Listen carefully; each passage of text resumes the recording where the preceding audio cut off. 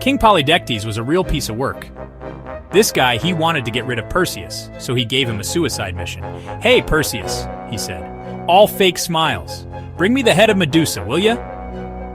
Now, Medusa was no ordinary woman. This lady was a Gorgon, a monster with snakes for hair. One look and you were toast, turned to stone instantly. Perseus knew this was a trap, but he was a hero, and heroes face their challenges head on. Perseus sets out on his quest.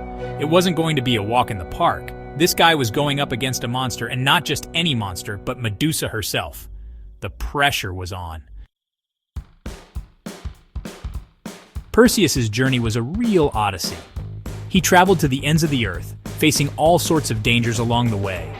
He had to outsmart nasty creatures like the Grey, three old sisters who shared one eye and one tooth. Talk about bad breath day, every day.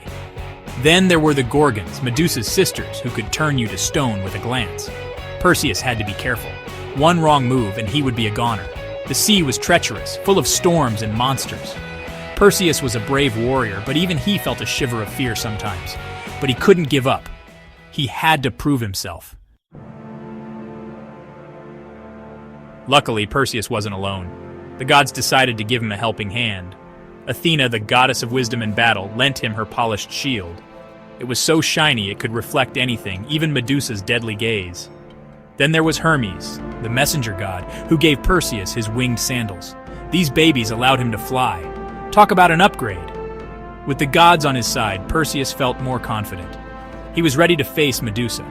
He knew it wouldn't be easy, but he was determined to succeed. He would make the gods proud. Perseus followed the whispers of the wind to Medusa's lair. He flew in, his heart pounding, and saw her. Medusa was even more terrifying than he had imagined, but Perseus was ready. He used Athena's shield to look at Medusa's reflection and not directly at her. With a swift stroke of his sword, he chopped off her head. Victory! Perseus had done it.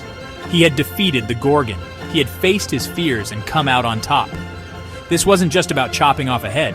It was about a young hero proving himself, facing his fears, and learning that he was capable of amazing things.